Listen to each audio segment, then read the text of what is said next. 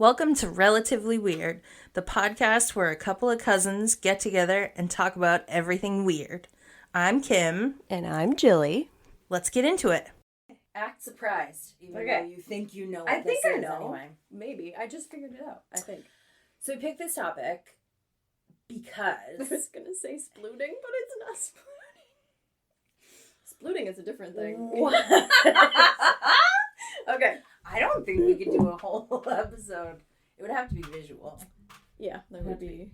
That chair's... That would be a YouTube thing.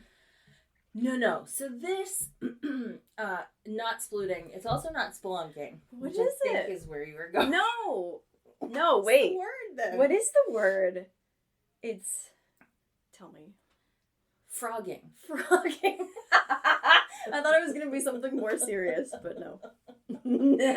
So, okay, you make a really good point. It is serious. A silly name. Yes. For something that, aside from my crippling medical anxiety, is probably my biggest fear. There's like...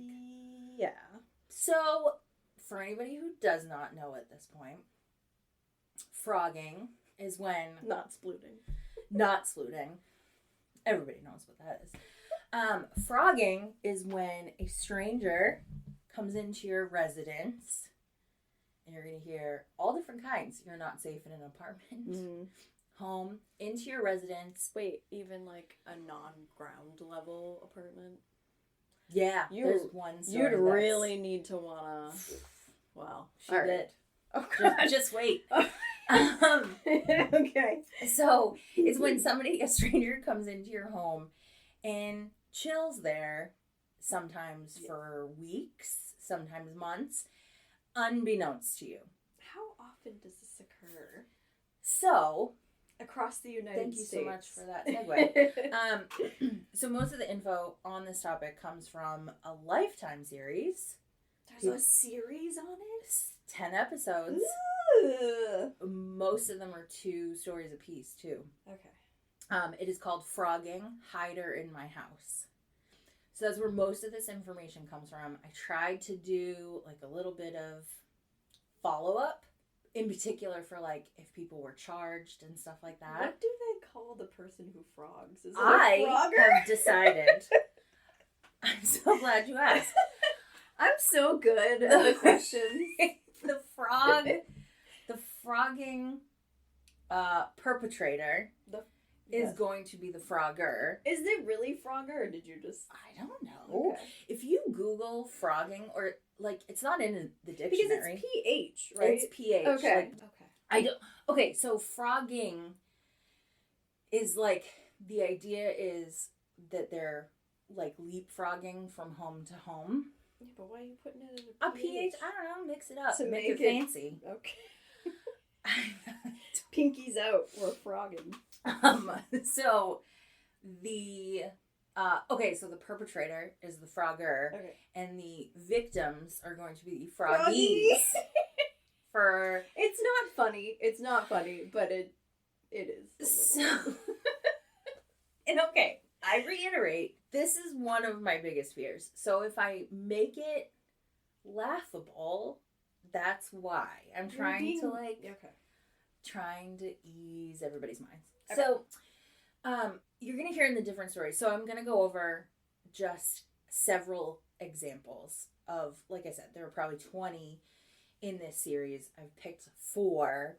Okay. And then I'm going to very briefly, I have like a list of 6 celebrities that have actually had it happen to them. No. A couple of them are really weird. That's going to be the war. How? Don't you have central alarms? Determination. Okay, well. So, there's all different motivations for the froggers. Yeah. And when I use the word benign, I understand that there's nothing benign about this. This is very traumatic. Breaking and entering. It messes you up probably forever. You're never gonna feel safe. No. Completely. And I understand that. But I more so mean benign in the sense that, like, there's at least one story where I actually don't think the person intended any harm. They just kind of saw an opportunity. Okay. They need mental help. But beyond to that, say the least. I know, but beyond that, I don't think their intentions were bad. On the other end of the spectrum, there are cases where they are very, very bad, and it could have ended much differently. At least 2 of the cases on the show, I don't go into them on this, but at least 2 of the cases were actually ex-husbands who snuck back into the house after. And in one case, did they have a key? Is that frogging if you have a key? I think so, because you're still sneaking. People are in crawl spaces, basements, outer, attics. Maybe? Yes. Okay. Crawl space attics. Oh, you have an attic. I have an attic. You have a basement. I do. And actually, in one of the ex-husband cases, he flippin' helped her. She reached out to him because things were weird. And he was like trying to be the knight in shining armor. That's crazy. And it was actually him. So, we don't go through that one. But, so again, different motivations depending on the situation. So, I'm trying to start off with the lightest one. Ease into it. Exactly. So this particular story happened, this was in an apartment. Okay. A ground floor apartment. Okay. It was off-campus housing at the University of North Carolina. Mm-hmm. Took place in like 2018. So there are 3 women that lived together, Amaya, Destiny, and Madison. Okay. Actually, you don't have to keep everybody in order, but so these 3 women lived together. Now, again, ground floor apartment. The apartment sounds pretty amazing. I wonder how much the rent was. Student housing? You said? So, no, it's an apartment near the campus, so chances are it's mostly students. Yeah. But this is a 3-bedroom, 3-bathroom apartment. So each bedroom had its own bathroom, which is kind of pertinent to the story. They did soon sort of realize that the neighborhood is very busy because, again, it's a bunch of college students. Yeah. Unfortunately, there was a church nearby where a large population of homeless people sort of gathered. Okay. Gathered like they were. They would sleep there in the church. They just let them. I guess. I haven't been to a church. The pews are empty. I guess. I don't know. Yep. There's also a gas station sort of across the street where, weirdly, they mentioned homeless people would hang out, but also police officers would hang out at a gas station? I guess. Maybe they're just keeping an eye. Okay. They're there for all intents and purposes. So initially, when I was like, okay, so the story is 3 women living in an apartment together. They're students, they're social, they have jobs. There's a lot of activity in the house. Yep. So young. Yeah, you don't know who they're bringing. They're probably bringing other people in. Friends are over. So just to sort of weird things start happening, but they start happening kind of on a small scale, and then they escalate.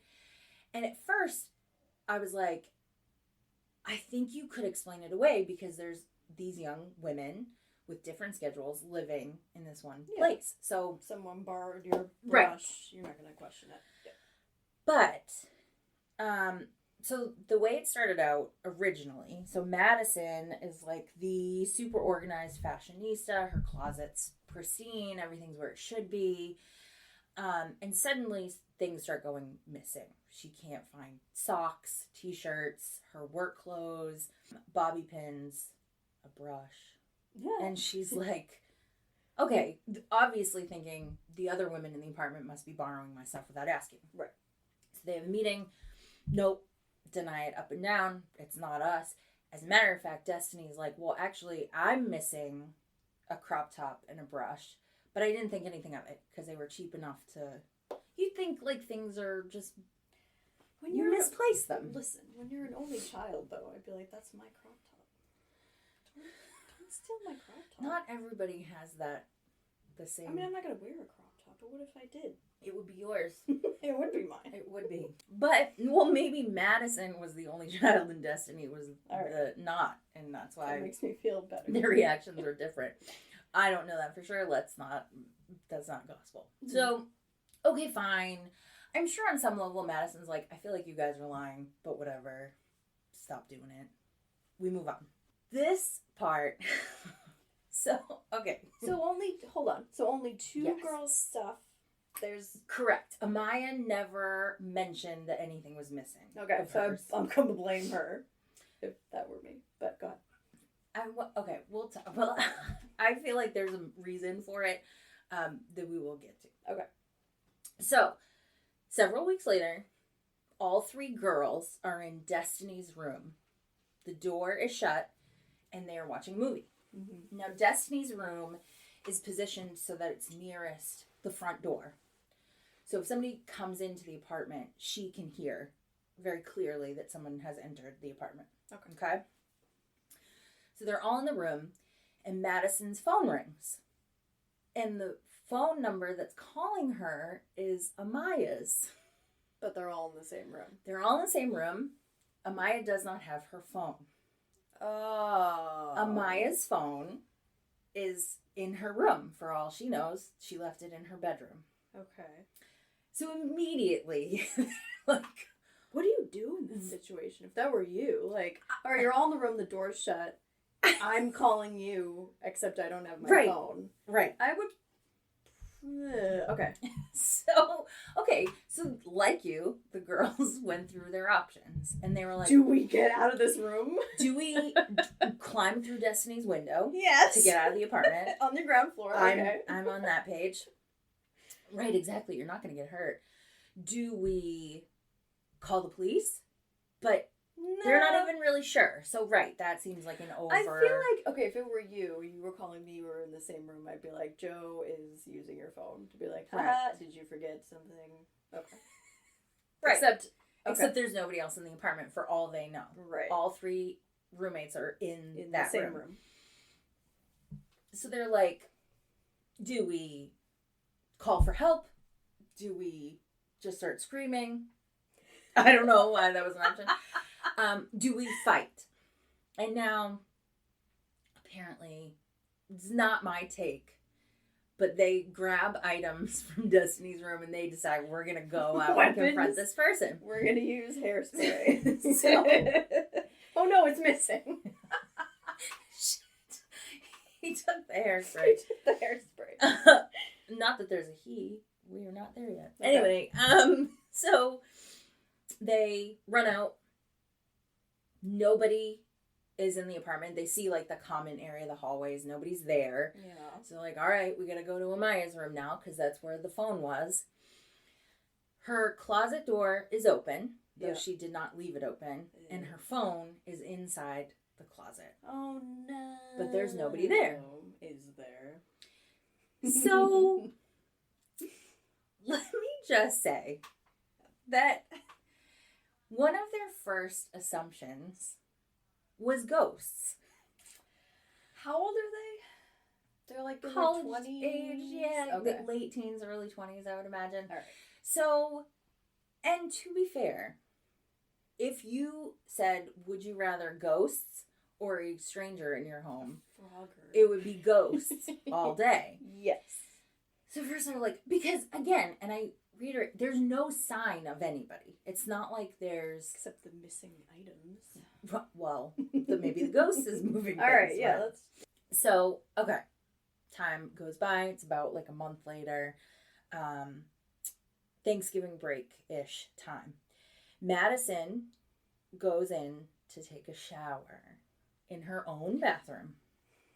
No, let me just... it is pertinent to the story. These are... Yes. Can we go back for a second? Of course we can. So when they were in the room, they got a call from her phone. Her phone wasn't with her. Was it just like one ring and then it hung up? Or was it like ring, ring, just kept going and nobody answered the phone? So I don't believe they answered the phone. I think they let it just 100% answer the phone and be like, what are you doing with my phone? I suppose. I would assume it was, I don't know who I would assume. But also you have to wonder his motivation for calling. He wanted them to know. They wanted them to know. The person. I don't know.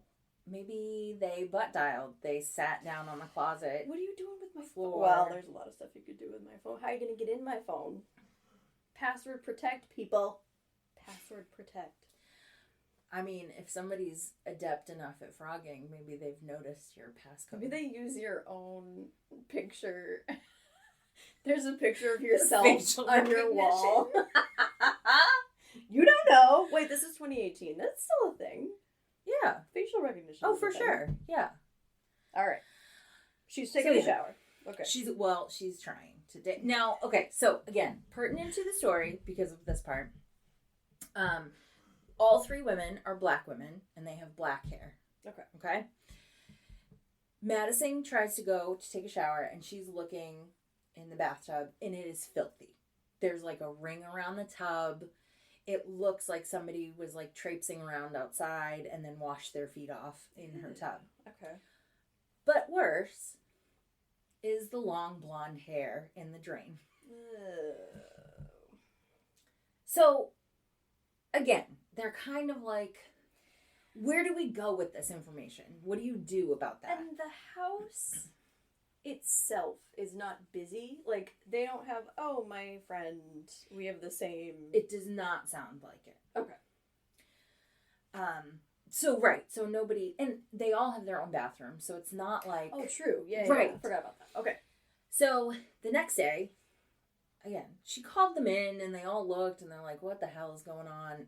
But there's no explanation. All you can really do is, like, what do you do? Like, forensic the hair to the police? Somebody took a shower in my house? I feel like a lot of times, I'm just making a generalization, but I think as women, you don't want to seem hysterical. Like, you don't want to seem like you're taking things out of proportion. Mm-hmm. So maybe your first instinct isn't to call the police. It's not to... I mean, I would definitely call someone outside of the house, but, you know, like a parent or a sibling. But, yeah, I don't know that... Like, when is it an emergency? Like, you know? Right. Well, right, exactly. And I think you're right. Like, we don't want to feel like we're overreacting. Nothing particularly threatening has happened at this point. I don't think anybody's felt necessarily in danger. Right. It's just weird. This stuff is super weird. Does she still think it's ghosts? That's some pretty hard evidence right there. Well, the next day, Madison's looking in her shower, and she notices, like, up high in the top corner, a man-size handprint on... Of what? On the mirror. Just okay. a greasy... Well, no, okay. I didn't let you finish your sentence. Go on. So, now, they do think there's still a possibility that it's ghosts. All right. These are real people. I'm not going to Yes, judge. of course. Okay. So Destiny sages the apartment just in case. Fantastic. Clearly, it does nothing because the story has made it here. Amaya, at this point, ends up peacing out. She goes home to her parents' house because there was one point, I mean, I guess, I think there was she never felt comfortable there. There was one point where she was by herself in the apartment and she heard a man's voice speaking. And she thought, you know, do you guys have somebody over? Is someone waiting for you? Are they coming over? Like, nobody was there. You're also in an apartment, though? So, true. I mean, being in an apartment myself a few years ago, you hear conversations in the hallway all the time. Right. So, okay, Madison's gone. Terribly disappointed, but it must have freaked her out enough to leave that situation. You're living with your friends, you're having a good time. With your own bathroom and everything. Ugh. Now you have to go back. I'd be like, this economy, I can't. I know, I just gotta ghost or not. Right? Excuse me, we need to live together. So, okay, so that was, now we're at the beginning of 2019, around February. Madison comes home from work for her lunch break. Okay. Nobody else is home. It's just her. She runs in. She puts her phone down on the kitchen counter. She runs back to her bathroom. And while she's in there, she hears a noise in her closet. and it sounds like somebody's ripping things off of hangers. Oh, no thank you. Nope.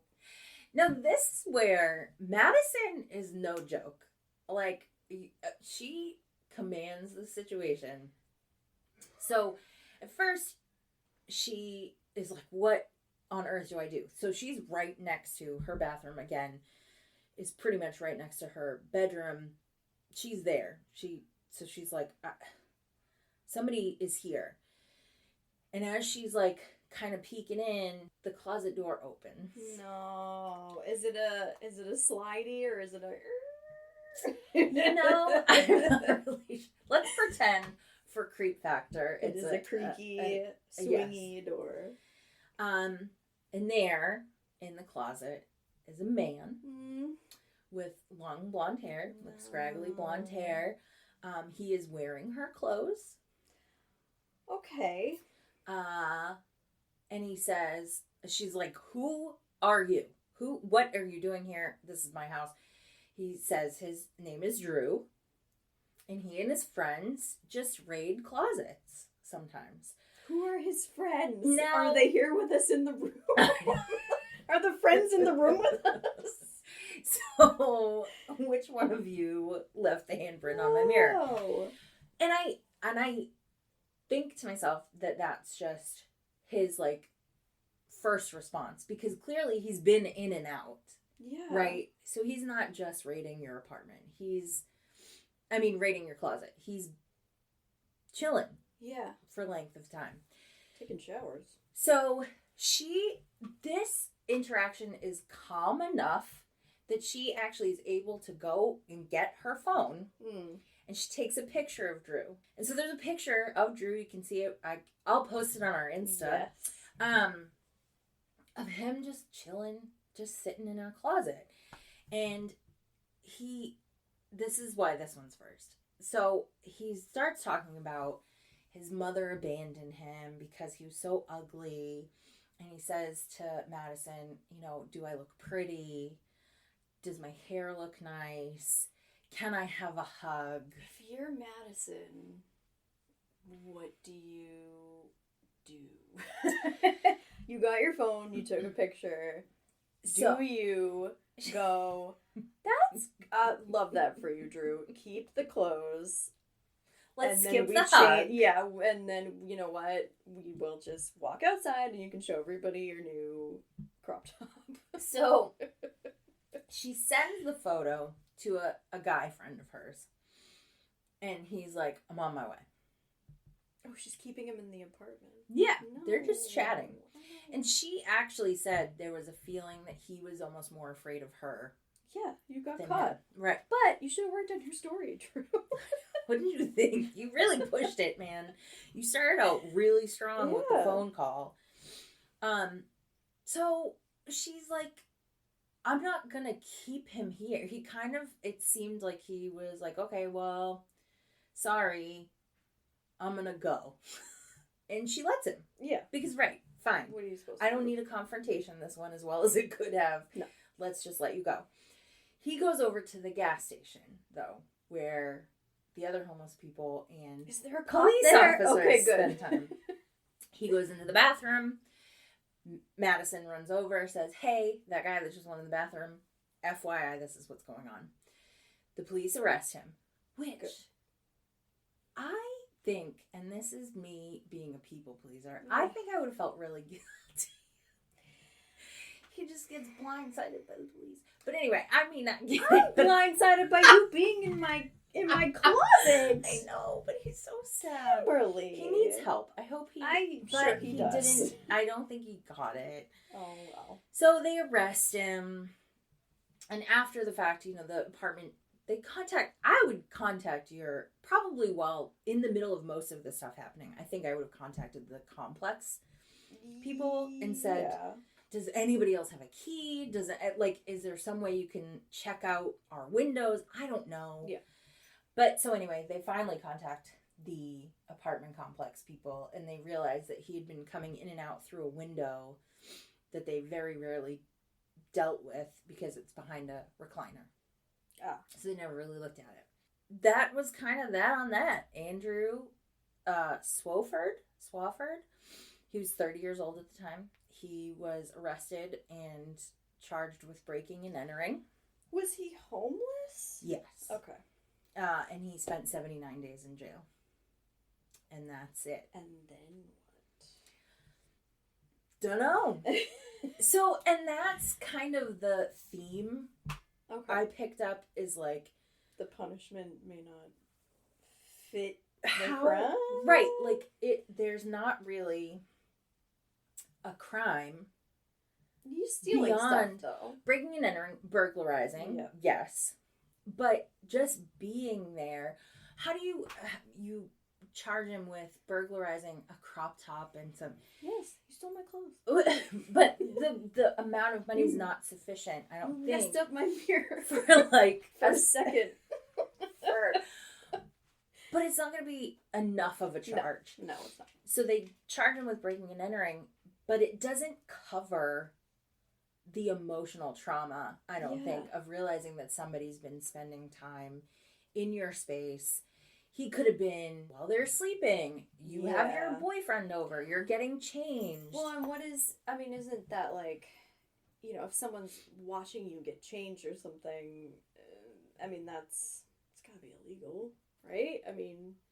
You're, especially in the privacy of your home, like, it's different if you have, like, you're just walking naked with your windows open, but, like, I don't know, really like, meant what is inside, it? No, it's like peeping Tom, but it's like, what is that? Like, not voyeurism. But it would be the person that was... Right. Yeah. Oh. Aiding voyeurism. Well, poor Drew. Kind of. The Sort ladies, of. they ended up moving out of that apartment. Yeah. Hopefully they got, their deposit back and then some. And they installed cameras in the hallway. But, like, if anything... that wouldn't have helped, I suppose, in this situation. Oh, so my theory on why Amaya never had stuff, taken. Burgled. She was never burgled. She seemed like a very petite girl. Short. Okay.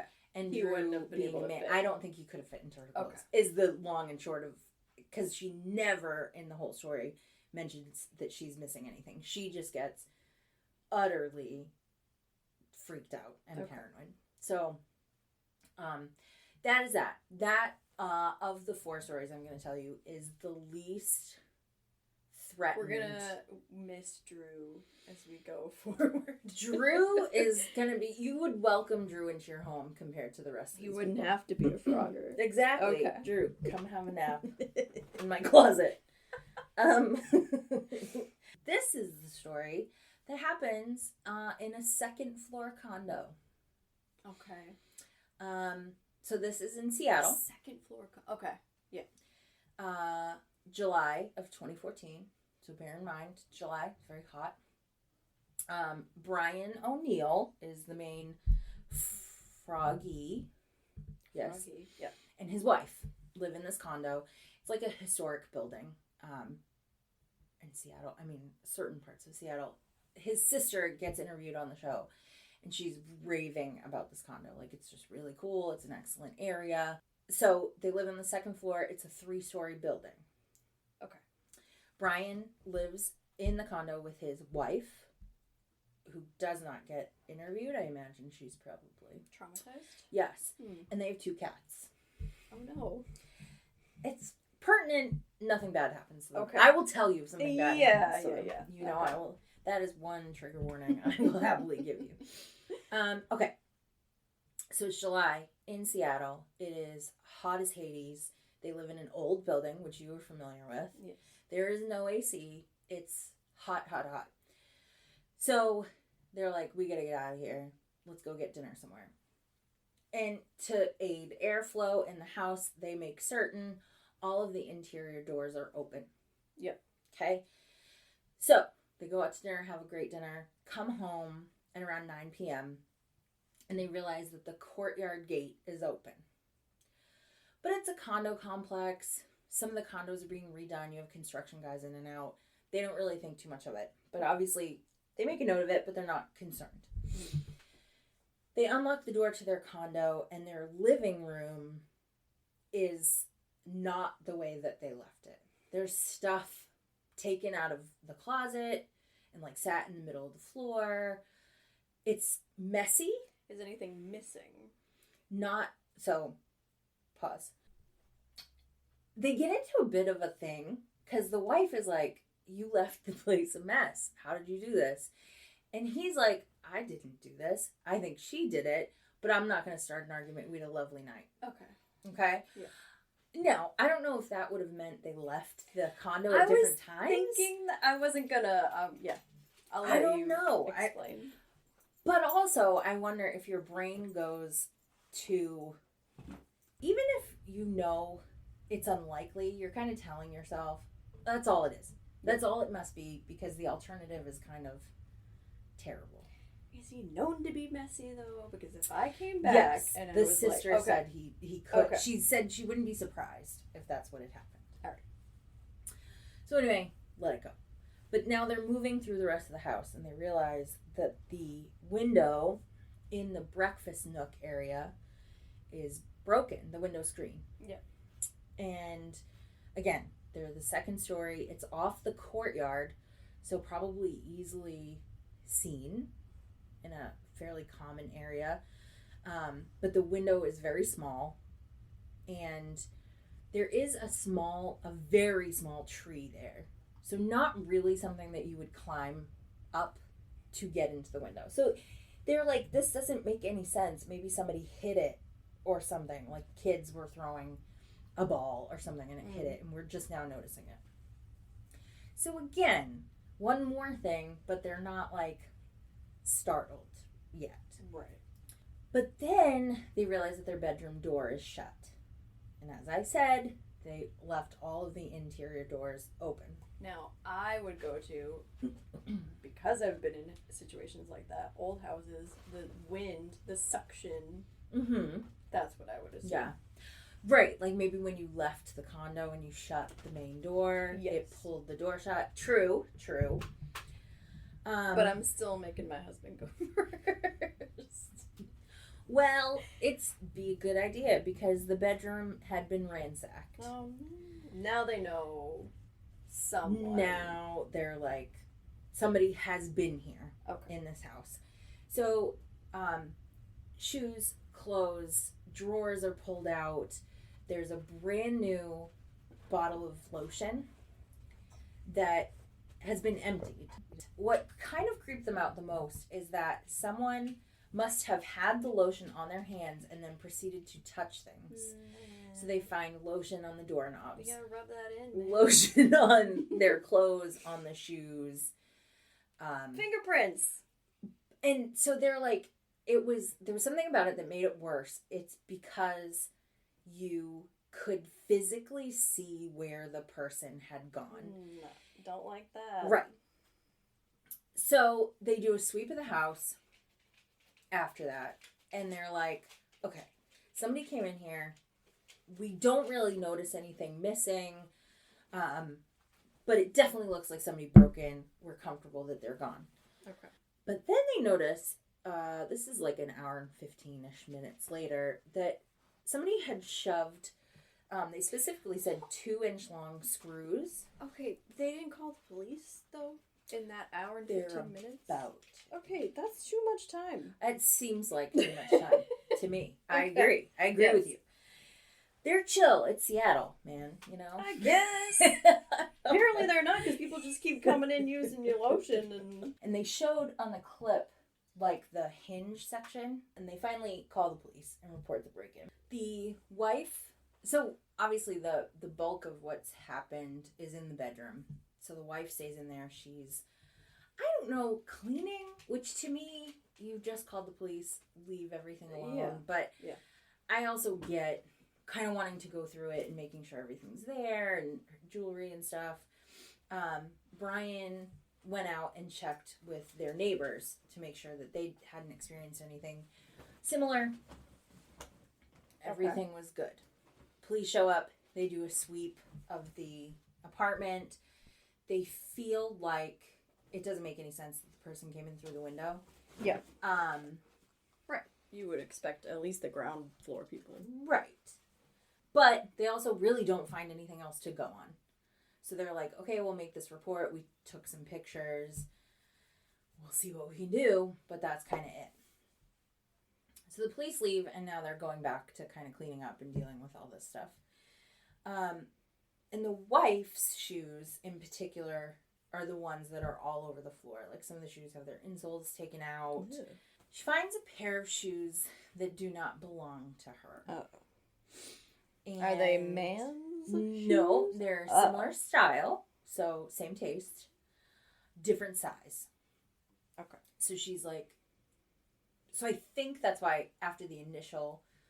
You probably didn't notice. She probably has shoes a lot like that. And now she's realizing these are way too big. The shoe does not fit. Sure doesn't. So, more disturbing is they're finding...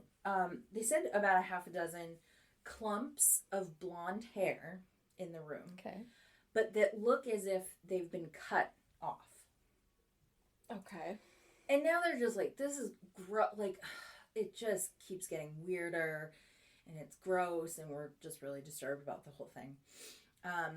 So, still cleaning up, and suddenly, Brian hears what he describes as wheezing coming from under the bed. No. No one thought to look under the bed.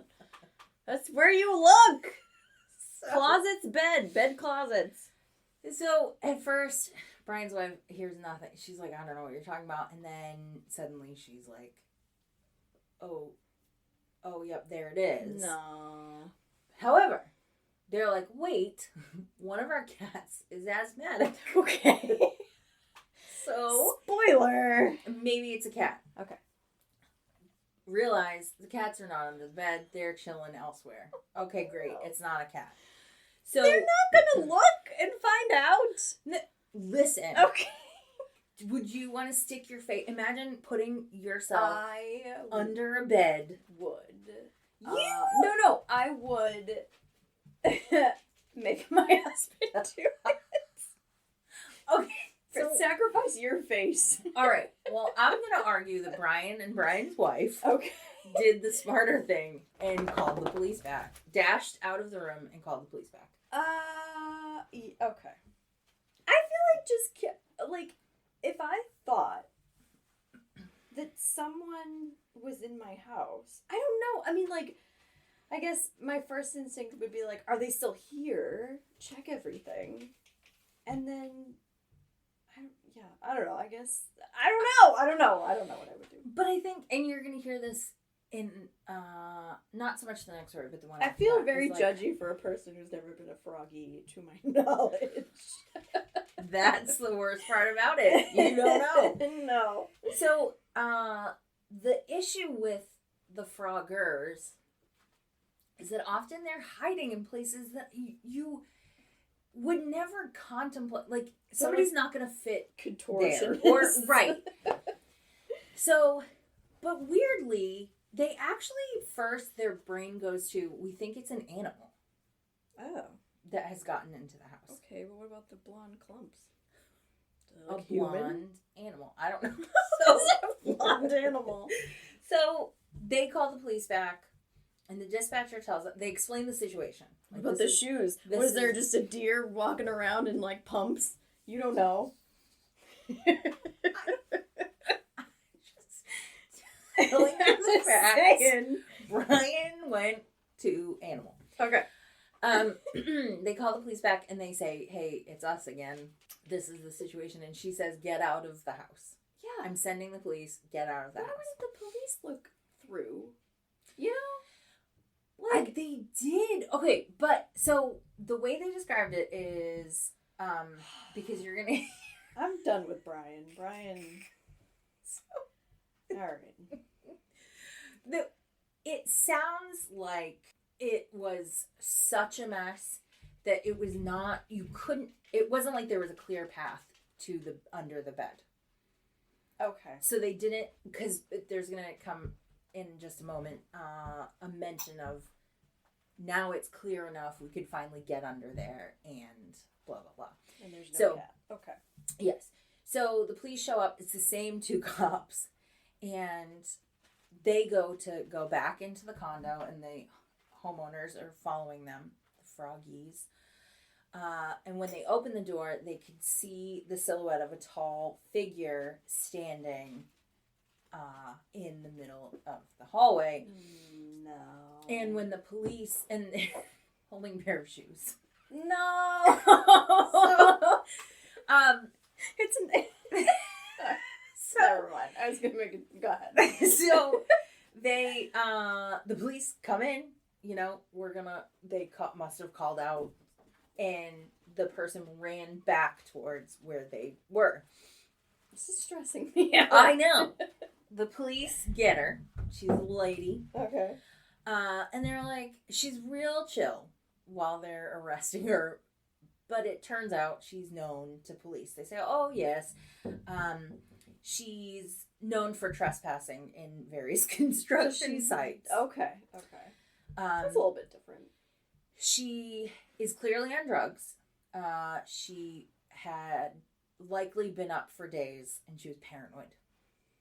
So it's very possible that this person really just, there was no intent directly to these people, just in a drug fog landed in their condos. Well, I was going to say, because what...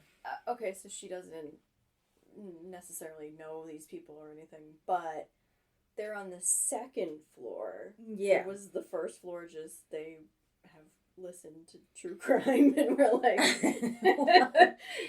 not even our breakfast in a window. So, they take her. I could not find what actually happened to her. Like, if she was, if she was put into a mental health facility or if she was charged. So I don't actually know what her outcome was. But, okay, there's more. Okay. Because after the police leave, again, they've cleaned up enough now that they could get under the bed. And they find their largest kitchen knife under the bed. That's the worst. And a discarded needle. So she was clearly... okay. And they're also noticing, like, shredded fabric. And they look under the box spring. She had been stabbing the knife into the underside of the bed while they were, like, in there. In the room. They have no idea how long she'd been there. I mean, I assume because they had just noticed the chaos when they went out to dinner, that it wasn't days, that this particular situation was hours. But I feel like you would have to tell yourself in order to be able to move on, because they never really found out why them, that was why. My yes. question. Okay. I think you would kind of have to tell yourself to not go crazy. This woman was high. She was very paranoid, and the knife was more of a defense. I guess, but were you I don't know. I don't know. Through the mattress?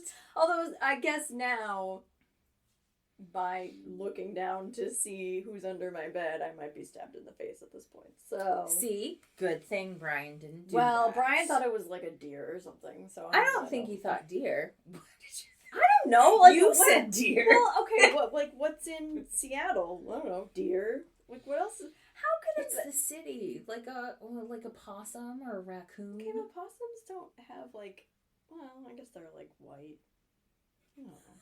What are they doing with shoes? That's all I'm saying. Like, how... Maybe the raccoon with their little hands found a pair of shoes in the trash and was like, Brian's wife loves shoes. Well... I'm going to deliver some to her apartment.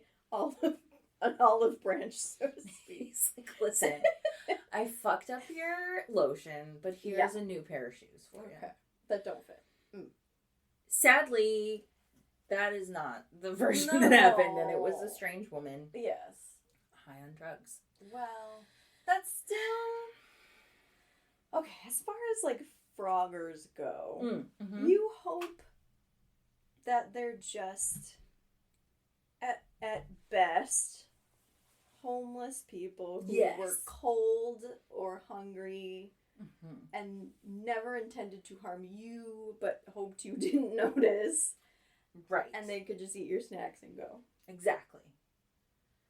And so far, I mean, aside from the knife and the stabbing of the bed, our two Phroggers have seemed sort of not really intending. There's no direct choice when it came to where they landed. To the people, yes. Now, it gets a little weirder. Okay. Somehow weirder. Yeah. This is the Campbell family story. It takes place in Honolulu in around 2019. The Campbell family is James and Brittany. Brittany is James's new wife. He has 2 children from a previous marriage, so she's like a new stepmom. Okay.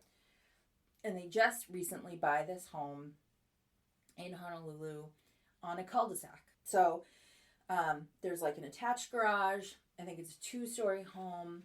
There is a crawl space attic. Okay. A lot of activity. You and I have kind of somewhat recently moved into new houses. It's chaos. You get unpacked what you need, and then a lot of times, maybe even 7 years later. Oh, yeah. I was going to say 4 years, but 7 years is there's still boxes. Yes. So these people have most of the house set up, but there are boxes packed with a bunch of items in the garage still. Okay. And again, this is sort of a situation where you have sort of really small kind of minor things happening that you go, ugh, I don't love that, but I guess I could explain it away. There's one time they realize the boxes in the garage have been moved and somewhat gone through. They're not in disarray. It's not like people have dumped them all out. It's just like somebody's looked through them. Okay. Then Brittany's home alone, and she makes a point of saying she watches makeup tutorials. So she's watching a makeup tutorial and doing her makeup. Okay. So she's upstairs in the house, and she hears the front door open and shut. And she's like, I'm by myself. You know, like when you have a video going, and you think you hear something, but then you're like, I don't know, maybe video. A combination of sounds that just sounded the same. I think she sort of explains it away. But then just vacuumed it. Then at night, she's hearing the same thing. But her husband's home, the kids are home. And her husband's like, James is like, I locked it. That cannot possibly be true. But I'll go check. Sure enough, it's still locked. And he feels like she's just being paranoid, overly cautious. There's a little bit of gaslighting in this story, if we're being honest. It's gonna let it go, but okay. So, finally, one night, James also hears the sliding glass door open and shut. That can't be a mistake sound either. That's a very distinct sound. It is. And sure enough, that door was not locked. But that's, again, all that happened. What do you do when that's all that happened? So, there's 4 people in the house? Yeah. So the kids, I want to say both are like maybe under 10. Okay. I don't know why I was picturing the kids older. So they should not be out at all. Right. They should be in bed. There's a dog and a cat. Does the dog react? Dog is like a little tiny chihuahua. So I feel like someone would have to go check again. Wait, they did, right? They checked the door. Okay. And the door is unlocked, but beyond that, nothing's like out of place. Do they lock the door afterwards? Yes. Okay. I'm going to say yes. I don't have that in my notes, but I'm going to say if James, values his marriage, he locked the door. But a couple weeks later, James is actually playing the piano. He has a lot of musical instruments and equipment and stuff around. So he's playing the piano and he sees the shadow of a person outside the window. Oh. And he's like, that's weird. So he gets up, goes to check. Nobody's there. Is it nighttime? It must have been like evening so that you could see a silhouette. A silhouette, yes. Okay. And so he kind of chalks it up to maybe a neighbor was outside and like heard me playing the piano. In your own, it's a neighbor. It's a single family home, right? But in a no, get off my lawn. I don't care if I am playing the piano. That's I don't care how good I am. It's not a free show, pal. Exactly. I start charging admission. So again, he kind of explains it away. It's just this is all that's happening. Oh God. It gets worse. He notices something one day written on the family calendar.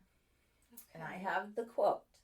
It says, "Your rehabilitation starts today. Do as I did. Choose a house, clean it, set up all devices." What? He thinks it's a note from his wife motivating him to clean. That is a very weirdly worded note from your spouse. And very passive-aggressive, so too. Passive-aggressive. Does Brittany have a history of this passive-aggressiveness? Yeah. And so he's just like, I know, I don't clean very much, so maybe that's how he explains it away. No, we do not get Brittany's response to it, which I do feel like is sort of important, but we don't know what happens. He doesn't bring, you don't know if he brings it up with her? I feel like James didn't. He probably, because at this point, I'm telling you, they think Brittany is like, and she's starting to think the same thing, that she is being paranoid, she's stressed out, it's a new situation to her, she's a new stepmom, and, you know, things are just, that's all it is. I would be like, Eric, what the hell? What do you mean by this? Did you start to get poetic one day? Like, what? I know, I hear you. Okay. The family's getting ready one evening to go to a movie. And Brittany's like, I'm going to bring my movie watching blanket. She doesn't call it that, but that's what I envision it is. Okay. To the theater? Yeah, the theater's cold sometimes. Alright. I've just never seen anybody bring it. It doesn't matter. Anyway, then maybe they're movieing wrong, and we should all Have be you bringing brought? blankets. Not yet, Okay. but Brittany has inspired me, perhaps. I don't like movie theaters. Anyway, Brittany's like, I want a blanket. And it's usually on the couch because she uses it when she watches TV. Okay. That makes more sense. Blanket's gone. Blanket's not there. So she immediately is like, maybe it's one of the boys has taken it. And one of the kids or James has taken it somewhere, maybe up to their room. No, we promise. We've not been using this blanket. And it causes like a little bit of an argument because she's like, just tell me that you have the blanket. Just bring it down. Like, why is this such a big deal? Yeah. They finally go, forget it. We're going to be late for the movie. Let's just go to the movie. Come home. The blanket is sitting folded nicely on the couch where it always is. And everybody's gone. Everybody's gone. And they're thinking to themselves, no way did one of the kids have time to like go get it and bring it back without us realizing. Right. Who was the last one out of the house? Okay. So now James is finally like, this is weird. He's there. He's made it there now. Did he bring up the note? I don't know. That's about, we don't know what Brittany's response to it was. That's true. Oh, one other like little thing that may or may not strike you. I feel like if I notice this, Brittany noticed that the webcam light on her computer was on. Oh, there is a webcam. Oh, and like an office. Yeah. Okay. Like if you have your laptop up. I guess that would freak me out. She doesn't really touch on it too much. She just says, I noticed it and I didn't like it. But here we are. So the family goes away. They have family on the mainland, so they go to California and they leave for a week. And they take a slightly early flight home. And they pull into the driveway. And they realize that James's, I guess it's a road bike, but a pretty expensive bike. I mean, I've not bought a bike in a long time, but I imagine they're pricey. Is just out on the lawn, like laying on its side. Okay. And immediately, it's like, not only would you notice that, like if you had left it there and you were leaving to go to the airport, you would notice the bike there and probably stop and pull back in. Where does he normally put it? The bike lives in the garage. Okay. Is the garage door open? It is not. Okay. So they're like, all right, kids, chill in the car for a moment. We're going to go check some stuff out. Good plan. Smart. Yes. Smart parents. They check the garage first, because clearly that's where the bike had been. And it is far beyond where it was before. It's just chaos. Yeah. There's stuff everywhere. Boxes are turned out. So they, at this point, think that they have been robbed. And now I'm thinking, so, because at first I was like, robbed? But I suppose at that point you wouldn't necessarily, in that immediate moment, put together all of the other things that have happened. No. You were just thinking, in that moment, my bike is out and the garage is a mess. We've been robbed. Yes. So James tries to enter the home through the front door. There is pressure on the other side of the door. Something is pushing back against the door. Yeah. And he gets it open a crack, and he peeks through, and he sees a man. Nope. And they're like, who are you? Get out of our house. And the man's like, no. You have the wrong home. This is not your house. What? The man says. That's my bike on the lawn. What are you talking about? So James is messing with the door and the man, and Brittany goes off to call 911. Yes. They are able to get him out of the house to talk to him. Now, it's a weird... So this is now the second guy who has interacted with the family and, hung out. So they get him out of the house. He's wearing James's clothes. Oh, I thought you were going not to say Brittany's Brittany's. this time. And they, at this point, honestly think he's just a homeless guy. Like, Okay. he saw an opportunity, the family was gone, maybe he was on drugs, he came into the house. And he says to Brittany, don't worry, I took care of your cat. No. I fed him, he's inside. Okay. So Brittany immediately runs in the house to check on the cat. And he's put the cat in the puppy's crate and fed him dried apricots. Oh. Can cats have apricots? I don't know. I imagine she knows he was feeding them dried apricots because it wasn't left eaten. it. Okay. So while she's in there checking on the cat, she realizes that it's almost as if he's taken all of their stuff and inventoried it. Like It's laid out, almost like he's cataloging their stuff. And she's like, this is freaking weird. Mm. And again, like the girl, he was really calm while they were arresting him. So they take him. Great. As Brittany and James are going through the house a little bit more, they go into the kids' room. That is the one room that was not destroyed. As a matter of fact, he cleaned it. Oh. He did all of their laundry. Oh. They're going through... and there's, in the living room section, there is a towel set out next to an old computer, and on the towel is a set of knives. Their knives? Yes. Okay. And they look at the old computer. They boot it up, and they're like, what was he doing on this thing? And they find journal entries from him, and they're titled... The Omnivore Trials, a rehabilitation for rat-like people. Is he the rat-like person, or are they? No, I believe they. He thinks that they are the rat-like people. I'm sorry. What was the note again that he left? So the note was, your rehabilitation starts today. Do as I did. Choose a house, clean it, set up all devices. Okay. He is basically, this is like a science experiment for him. They find, now they're realizing he's not a homeless man who just came in.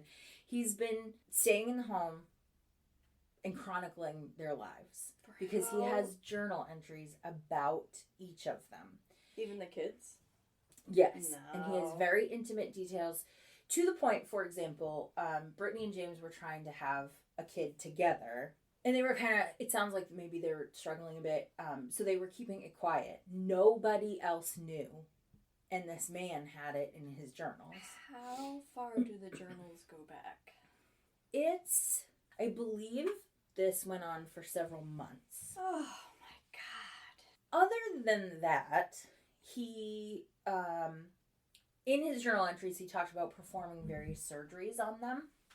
And he searched for things like how to remove limbs and gender reassignment surgeries. No, okay. So on a hunch, Brittany checks her other computer because she remembers that the webcam had been on. And she finds a video that he has made.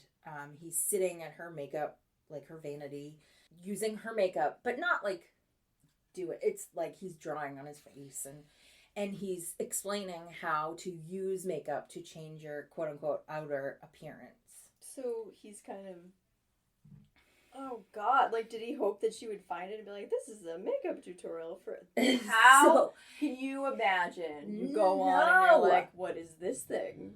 It's a makeup tutorial. It's the worst one I get.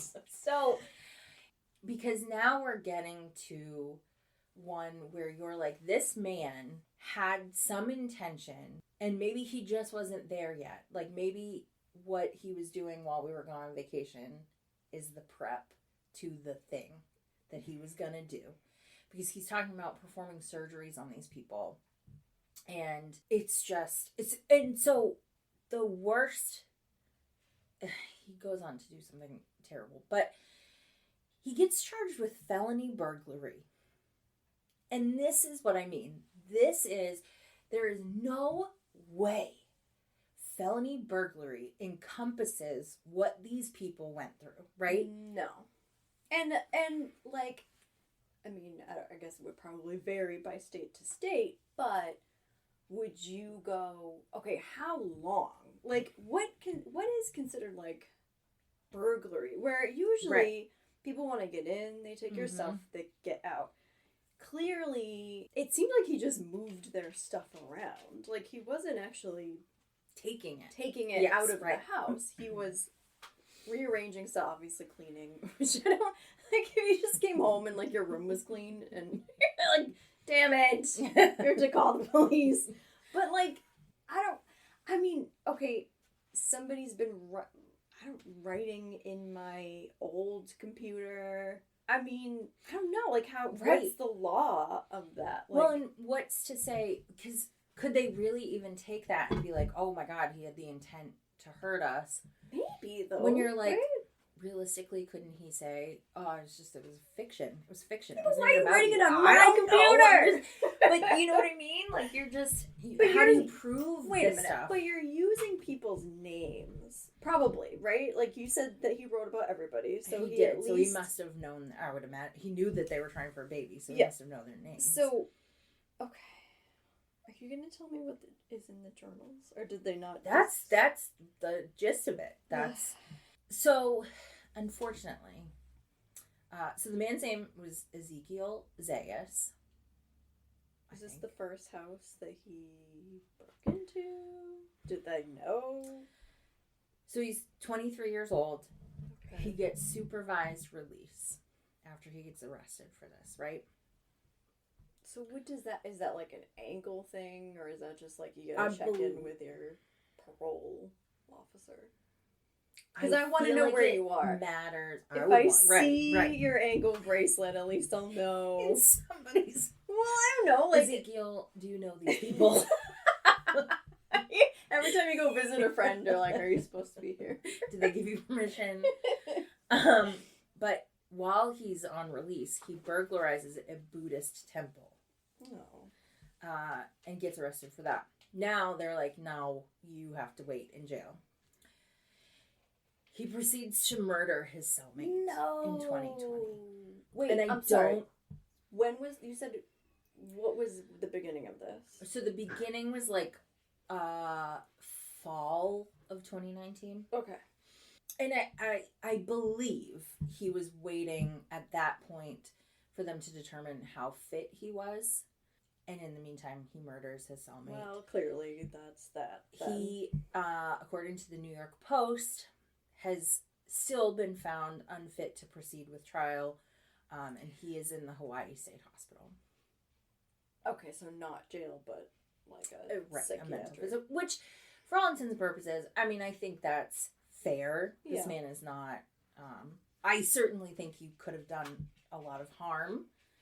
God forbid. But okay. I think he's where he should be. Yeah, I mean, as hopefully he can't get out. Right. And somehow, that's not the worst. This is the last long story. I'm so sorry. I feel like this is going crazy. Okay. So we have a fairly local story. No. Yup. But it took place a long time ago. You were not even alive at the time. So it's in Pepperell, Mass. West, right? I believe. Okay. West Central. We don't know what goes on. We're not triangulating ourselves anyway. The family is made up of Tina. This is the Bowen family. Tina's 14. Karen is 8. They live with their father. Their mom passed away the year before. Okay. And their friend, Tina's friend Kathy, who is 15, lives with them. Her family wanted to move out of state to Tennessee. And she was like, I want to finish school in Mass. So she did not move with them. And they took, the father became her guardian. So 3 young girls. You have 2 teenagers and an 8-year-old. And Tina, at 14, is finding that she's really kind of the caretaker for her sister Karen. Dad works a lot. He works far away. Okay. He works in, like, the hotel industry. So all weird hours of the time.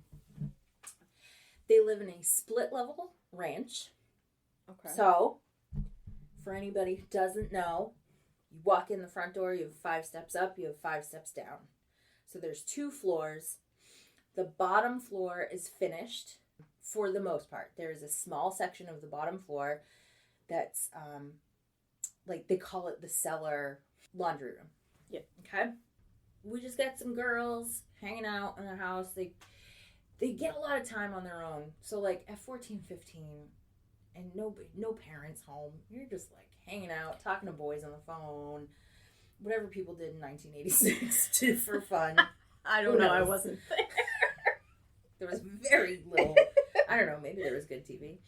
So, the kids have a ton of freedom. So one day, and now just bear this in mind, they're in town, they're doing laundry. But they have a laundry room. Maybe it wasn't working at the time. Anyway, so they're doing laundry at the laundromat. Okay. And they encounter some boys, a group of teenage boys, and they exchange some phone numbers, as one used to do.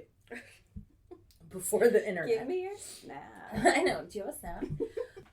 Find me on TikTok. Now, also, a little tiny detail, but somewhat pertinent. Kathy and Tina, so the older 2 girls, decide to hold a seance. Tina and her sister are really missing their mother. They want to talk to their mom. So they hold a seance to talk to the deceased mom. At the house? At their house. Okay. Oh, I believe in the lower level of the home, because at the end of it, something about the electric panel, like, fell down, like a part of it fell down. So there was immediately like this, oh my God, some things in the house. Like, we got in touch with somebody. Okay. I will, as opposed to the first story, you're actually literally trying to contact the dead. Correct. So I would, listen, I feel like at that point, maybe you'd be like, okay, this is a ghost. That's a ghost. Listen, we don't know what movie they were watching. Maybe it was like a ghosty movie. Anyway, no judgment to those 3 girls. No, I'm just... Stop I'm judging, just saying a hand. Jillian. Come on. All right. Okay. So anyway, they hold a seance. Great. Now, a couple months later, it's September. Their father's not home. They go out of the house, they look out, and they realize that the shed contents have been emptied across the lawn. Okay. And they're like, that's friggin' weird. They call their dad. Their dad is like, it's probably just neighborhood kids. Which, of course, you would. You would be like, but wouldn't you? Dad, wouldn't you think that? If my kids are home, I would be like, don't go outside. Lock the doors. I don't know. I mean, do they have like a neighbor that he relies on, or are they just kind of like alone? Because I feel like if I was at work, maybe it's not enough to leave work to go check on them, right, but I would be like, hey, mom or whoever, can you just, well, I don't know. Maybe Mom's dead, Jilly. No, his mom. Like, his, like, I don't know, like a relative or something. I don't mean their mom. All right. Mom might have checked on, that's what they thought. Well, I know, after the seance. She's like, you have a Phrogger. I've been trying to tell you. Yeah. Listen, Dad does some gaslighting in this story, too. And they also have a situation where the doorbell rings in the middle of the day and there's nobody there. So again, it's sort of that like, oh no, somebody's pranky. Right. Yeah. A few days later, there's a very bad thunderstorm. Thunder and lightning. Karen, so the youngest, and their friend Kathy see there's a huge lightning strike, and they happen to be looking in the dining room, and there's a shadow silhouette on the wall. Why is all of these are set up like a movie? Like, I saw a silhouette. I see a flash of... Yeah, all right. And again, nobody's there. Like, what do you and the girls are so amped up. They've done the seance. You're 14, 15. Yeah. You're just, No, I don't blame the girls. It's mom. So they're this is a few days later. They're talking to the boys on the phone. And they hear a bang on the window. Almost as if a rock had been thrown at it. Okay. It's 2:00 in the morning. Their father's not home. He's at work. So they call the police. Yes. And the police find nothing. They find, they find a baseball outside. Okay. Again, thinking they have a ghost. Nobody believes it. They think, honestly, they're dealing with their mother's death. They're grieving. They're acting out. They want attention. Whatever. And it is 1986, you said. Yes. So there's no, get a camera or any kind of thing. Okay. This is the one story out of the 4 that you're like, wish you had a camera. So at this point, the 3 girls basically never leave each other alone in the house. No. They're going through the house together. When they would go to bed, they'd barricade the door shut. Tina says she started sleeping with a knife. She was so paranoid. Yeah. So at one point, Tina's on the phone and she hears something banging on the wall. What time is it? I believe it's nighttime. Again, I think that's when she's primarily talking to these boys. Okay. They do the same thing that those girls do. And they're like, we kicked the laundry door in with a wiffle ball bat. Okay. Nothing there. All right. Okay, great. And incidents are kind of going on here and there for around 6 months. There would be a week where it would happen, something would happen every day. And then there would go 2 weeks and nothing. Now, is this stuff stuff's being moved, or? I think it's mostly noises, mostly, the window is a thing a lot. People, I think they hear something, it sounds like something's being thrown at the window quite a bit. At that point, I feel like I'd be pissed after a certain, because if nothing, it might be creepy in the beginning, but then if I really thought it was kids, I'd be like, okay, you know what? Right. Oh, right. Yeah, that's enough now. Yeah. And so this is kind of where that happens. It's a Friday night. Kathy and Tina are going to go roller skating, but Kathy's elsewhere. She's babysitting someplace else. So Tina's at home. She's getting ready in the bathroom, and a rock hits the bathroom window hard enough to break it. Oh, okay. But their father is finally home for this. Thank God. They pick up the phone to call Kathy. The phone line is dead. The phone line has been cut. Not only cut, but also burnt. Okay. And outside of the house, so they go check outside, they find a BB gun and a bunch of individually wrapped candy. So almost like somebody's been like hunkered down with some candy and a BB gun. Yeah. Still think it would be a kid at this point. Right. At least. And so the dad reports the damage to the police. That, I mean, again, what can they do? Right. What could you do? And it chills for a little while. So the littlest one, Karen, is sick. She's homesick. So Tina ends up having to stay with her and kind of take care of her. So he must not have family around. It doesn't sound like it. Okay. And they do engage with a neighbor later on, but it also doesn't sound like they're super involved. But also, like, 14 and 15, I don't know that I think you'd just be like, those are rough ages. They're definitely more responsible, but they're also, like, making stupid decisions. Yeah. So how involved, like, do you think you want somebody to come by? Do you think you guys should be able to handle this on your own? You know what, though? So, obviously, if anyone's actually listening to this podcast, they also likely listen to true crime stuff.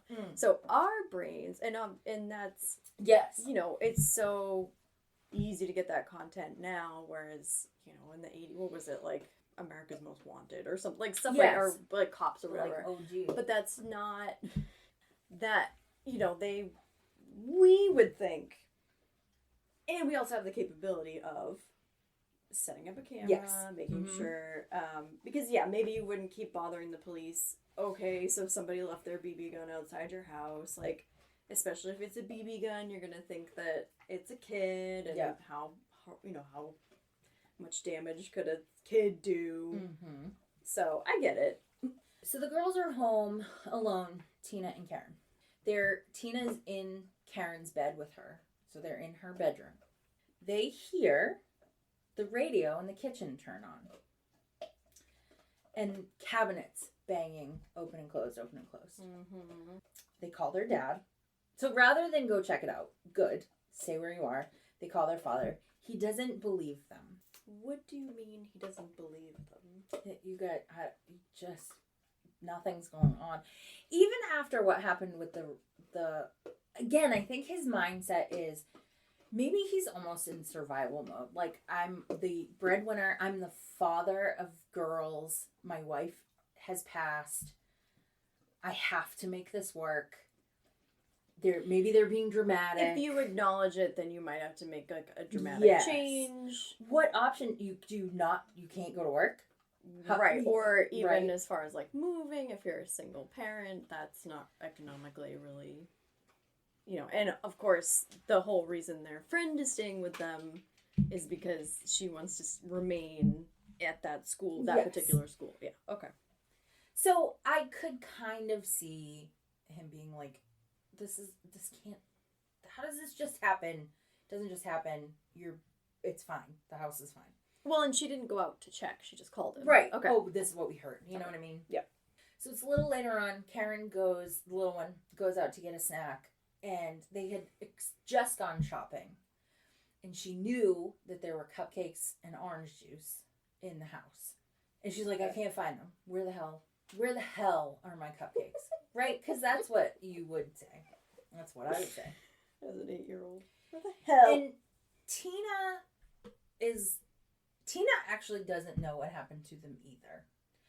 But in order to avoid scaring Karen, she tells her, oh, Kathy took them to school for a snack. Okay. All the cupcakes. And the orange juice. A carton of orange juice. Is that how it came in the 80s? You tell me. Listen. So Tina is getting ready for work. Karen goes downstairs at the time and finds the cupcakes and the orange juice in one of the downstairs bedrooms. And some of the cupcakes have been eaten. And Tina's like, Karen doesn't really seem fazed. She's like, I found the stuff. You liar. No. But Tina is like, that's weird. Like, okay, that's not, something's going on. They leave the house. She knew something was going on, though. She did. Okay. But now they're officially like, we're out.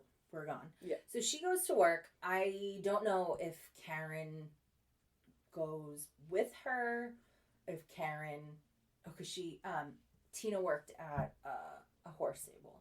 At some point, the family all meets up together and they come home with the dad.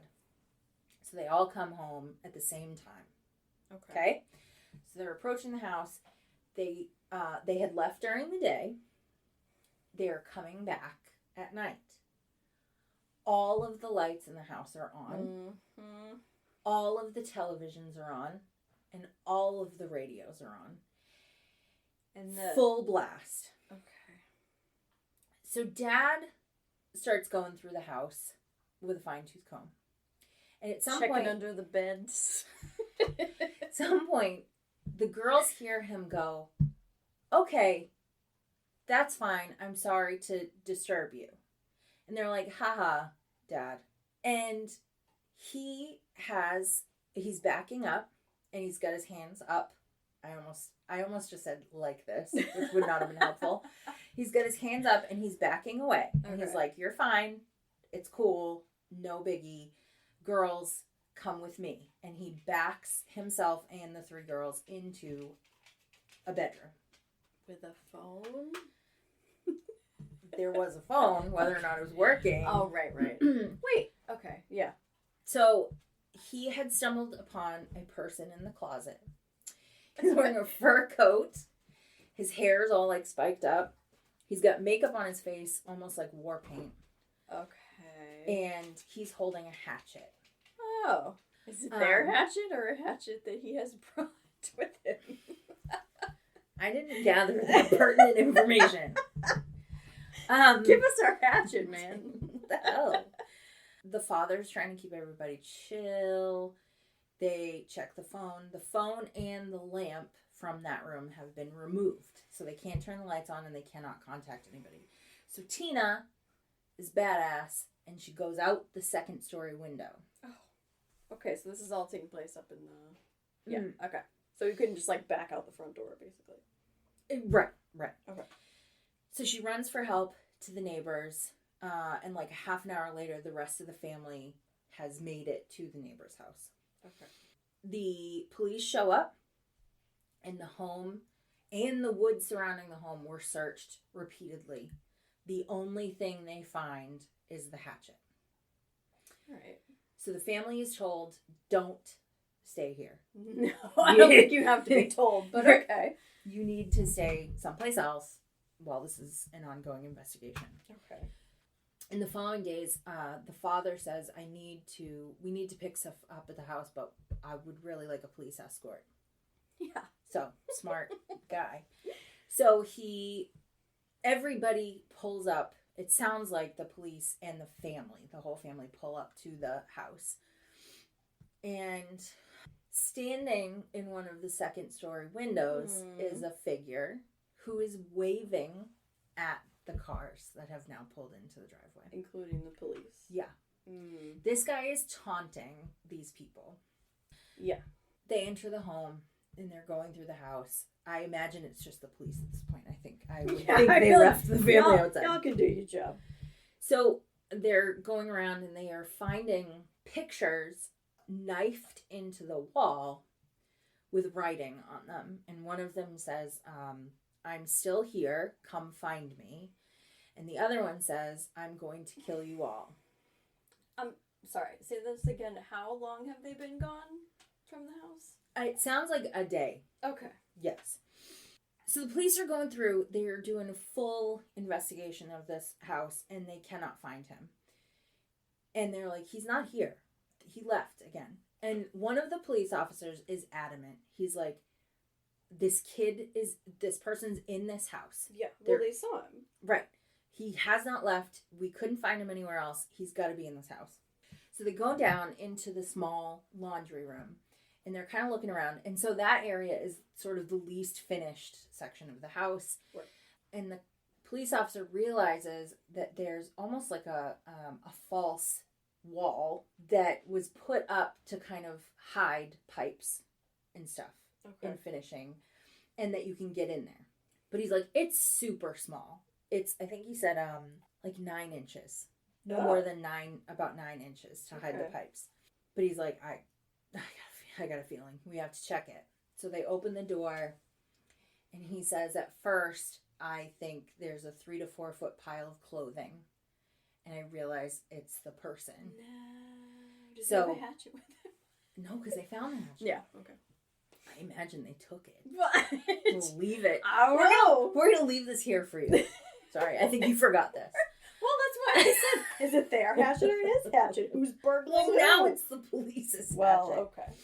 They pull him out at gunpoint, and they realize this is Daniel LaPlante, who at the time, I looked this up while he was about 16 years old. Okay. He had gotten Tina's phone number from one of the boys. Oh, okay. And they had actually talked on the phone a bunch. He was one of the boys? That she was talking to. Okay. Yes. I do not believe she met him at the laundromat. I think one of those boys might have put him in contact with her. All right. So they hadn't met when they were initially talking on the phone. They were talking on the phone a lot, and she kind of liked him in that respect. But then she ended up meeting him in person and didn't like him. Okay. And Wonder apparently, that was enough to make him spend 6 months coming in and out of their home. He was 16. Yes. Which means he was of school age. Mm-hmm. Where did his parents think he was? So, this is what... So you're like, okay, there's no way the 16-year-old spent every night in this house. Right. He must have just... Were those boys from their school? Like, they knew them, or did they just... I believe they knew some of it. Yes, I think it... Because she explicitly mentioned it was a small town. Okay. So I think the original boys, they knew. And All now right. this kid was... Actually, let's find out very quickly. So he was from Townsend, not from Pepperell. Is that a neighboring town? I believe they're quite close together. Okay. They were not... She didn't know him from school or anything. I don't know how he did it without his mother's knowledge. Okay. But he had parents, right? Like, he Had parents. Like... Okay. Yes. They realized that, like, he's cut some of the outlets out so that he can remove them and watch people in their bedrooms. Oh, no! I just got the worst shiver. Nope. I'm going home and checking all my... You know why? Okay, I'm just going to say this. So I do not live in a split level. However, I live in an old house. Mm-hmm. And there's a tiny room. It's not a room. It actually is like a crawl space. But you can open the door. It's very small. Mm-hmm. I don't like it. Nah. Nope. And it's right next to my head, too. Oh. Well, haven't you seen the Paranormal Activities? Yes. That's where Toby lives. It's the demon room. I don't go in there. Toby's home. That's not my area. Okay. I don't like it. So Daniel's arrested. He's charged with breaking and entering, kidnapping, threatening bodily harm. Wait, who did he kidnap? Well, because he had them sort of backed into the bedroom. Right. That would be the kidnapping thing. He's in there for almost 10 months awaiting trial. And in October of 1987, his mom finally gets money together to post his bail. Wow. So she does in October. Why does he even have a bail? December 1st, there is a break-in. So, yeah, there's a break-in at a home in Townsend. The Gustafsons. I'm so sorry. Gustafson. And while the break-in is occurring, the pregnant mom and her 5-year-old son walk in on it happening. The perpetrator rapes and murders the mother and drowns the 5-year-old boy. Then he waits there till the daughter gets home from school and drowns her too. How old's the daughter? They didn't say. So that was December of 1987. And one of the cops on the Bowen case got called into the manhunt for this murder. And he's like, where is Daniel LaPlante? Yeah. He immediately is like, he was out on bail. I have a feeling this was him. They find him. The manhunt, they get no Daniel bail this LaPlante. time. No bail. And in October of 1988, he is tried and convicted for 3 counts of murder, 3 life terms with no chance of parole. And the judge on the case actually said, if Massachusetts had the death penalty, I would personally pull the switch. I mean, that's particularly horrific. And Tina... Phrogging is one thing. I mean, phrogging to murder. Well, right. And Tina feels responsible for what happened to her family because she said, like, I was talking to him, I engaged with him, and now... Which, there's no way you could have known that. There's no... And she didn't know those people, right? She didn't know the mom. No. It wasn't someone he was, like, trying to get revenge on. So, and how... To look at what he did, because your thought process is, I knew, I had heard the story before, and I knew that he had gone on to murder. I thought there was a large gap of time between the phrogging and the murder. It was only like... This was months. Yeah. Because 1987. The escalation. So you have to think to yourself, had he had an opportunity, or maybe because he was out on bail for the other one, it turned into, I cannot leave anybody alive. I don't know. But that is such a jump in such a short amount of time. At the time he's 17. Yeah. 17. And again, where's your kid, Mom? Where's your kid? Don't leave the house. You don't leave the house. If you're on bail, you are grounded. I don't know. Maybe Daniel was a scary dude at home, too. Yeah. But you know what I mean? Then leave him in there. Don't bail him out.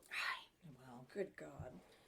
Well, quite a intense leap from Drew, who just wanted to borrow some clothes. In the grand scheme of things, Drew would never perfect roommate drown anyone. No, I don't think so. Would just, try on your clothes. Can I've 6 very quick cases of celebrities. Okay. Celebrity froggies. All right. Okay? Go ahead. Very quickly. In 1999, Brad Pitt had a frogger. Yeah. The person laid in his bed, wore his clothes, wandered around the yard. Brad was out of town, and the person was caught by a housekeeper. Now, a lot of these are short, quick. The person's usually not even there. I'm sure it's a violation, but you're not there to experience it. Well, and not to be like, you're great. I mean, okay, yes. Anyone who breaks into a house is nutty, but if you're if you're a celebrity and you're like, they just love, people idolize celebrities. Of course. The motivation is very clear in these circumstances. You are definitely breaking into Brad Pitt's house because of Brad Pitt. Like, it's not... No. Not that I would break into Brad Pitt's house. But I'm just saying, I can't fault these people as much as I would fault Daniel. Oh, well, yes, of course. All right. Next is 2001, Pamela Anderson. She started noticing that clothes and food were going missing. And she discovers that a woman has been staying in her pool house for days. How often did she go in her pool house? I don't know. Maybe it was winter. All right. The weirdest thing about it is that she found the woman wearing her Baywatch bathing suit. Okay, but that's probably so iconic, right? I mean, well, I'm of not, course. listen. You're like, who wouldn't? Well, I'm just saying, maybe if you're like, look, I'm already here, I may as well try on the bathing suit.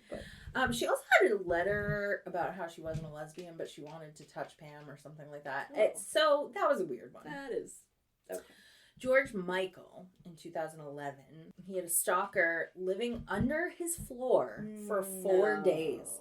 What does that mean? He finally heard someone calling his name. What do you mean under the floor?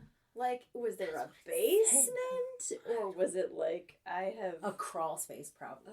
I would imagine a crawl space. And she finally jumped out and confronted him. Oh my God. It's like, now's the time, George Michael. P. Diddy. Puff Daddy. Is that what P. Diddy? Sean Combs. Yes. Well, okay. His government name. The name the good Lord gave you. In 2012, the person only stayed a day. So, whatever. But he was prepared to stay for, weeks. Brought his own food, as a matter of fact. I don't want to impose. However, he did drink Sean P. Diddy's alcohol, slept in his bed, and used his toothbrush. How do you know that someone's used, unless they just didn't, clean it properly? I don't know, maybe he admitted it. This same guy had been found swimming in Puff Daddy's pool the year before. I mean, if you're gonna go big, go all the way, man. I want to swim in your pool before I get arrested. It's a great pool. J-Lo in 2013 had a man staying in her pool house. He was there for a week. Are these people, okay, so I imagine a lot of these celebrities are in gated communities. So, okay, J-Lo and I believe Puff Daddy, P. Diddy, Sean Combs, were in the Hamptons. Okay. So, I do not think there's, I don't know, as if I know the Hamptons, what I'm talking out of my ass here. But I don't think I can tell you, J-Lo's yard, land, was security patrolled. Okay. But they didn't catch him. That's crazy. He was sharing photos on his social media from the house. Dumb. I mean, again, go big, right? But, so, and if that's the case, wouldn't you be able to, that's definitely my house. What were you doing there? I mean, yeah, but who's looking at That's true. That's true. Facebook. Unless you tagged her. Yeah, right. Did. That would have been dumb. So some workers had come to the house and finally caught him. She was also not there. He was charged with burglary, possessing burglary tools, and criminal contempt. And then finally, Miss Rihanna in 2018, she wasn't home either. The person just stayed overnight and was found by Rihanna's assistant. Stalking, vandalism, first-degree residential burglary, and resisting arrest were their charges, which is more than I think most of the people in this list. I just with the celebrity ones, like I said, I think it's just sometimes people are just crazy enough to be like, I'm gonna do it. It has less maybe to do with their obsession with that person and more to do with see, I have pictures. You know? Yes. Not that it makes it less wrong, but it's people are just... I don't think people often think that celebrities are people. They're just, you know. Right. It's a totally abstract vision of these people. And I think... they deserve access to these people. Right. Oh my God, I'm a huge fan. As if that makes it okay that you've lived under my floor for 4 days. But sleeping in the bed is maybe don't. Maybe use my pool, definitely. But just don't. I think I would never make a sweeping generalization like celebrities. Obviously, celebrities have dangerous stalkers, and some of them have met harm. Yes. These particular scenarios, I do think nobody meant harm to these people. I think they just wanted to get closer, wanted to be able to say they did it, whatever it is. Yeah. So I kind of wanted to end, I went real dark, and so I wanted to end with a slightly less horrific ending. But that's Phrogging. Been happening forever. Yeah, I was gonna say it's been a long time. Even though it feels like a newer concept, it's just not something people talked about, I don't think. No. I'm gonna go home and check my demon room. Well, if you like... And my outlets. If you want to be scared more by that concept, a great movie on Netflix is Open House. I disagree. Okay. I don't actually remember the whole thing. I love the concept of it, though. In terms of, if you like being scared, and you're particularly scared of this kind of thing, the idea that there is an open house, which is a thing that happens, and strangers enter homes. If it was going to happen, how better than to pop in as if you're an interested buyer and then just never leave. True. And the people showing or opening the house are people that don't live there. Right. So they don't necessarily know you have a demon room Toby lives in, but sometimes other people do too. Yeah. No, Drew and Toby are just hanging out. I would much rather Drew. Well, so that's Phrogging, and that is episode 1. Hopefully it held people's interest. Yeah. And we're going to have to edit a lot of dog activity out of this episode. We need to come out with like a sign-off. Keep it weird, payball. Oh. Let's figure that out. Be weird with your relatives. No, let's not do that. That's not our sign-off. Thanks for listening to Relatively Weird. If you like what you hear, make sure to leave us a review and follow us on your podcast player of choice. You can also find us at relativelyweirdthepod on Instagram. If you have any stories you'd like us to talk about, send us an email at relatively weirdthepod@gmail.com. See you next week.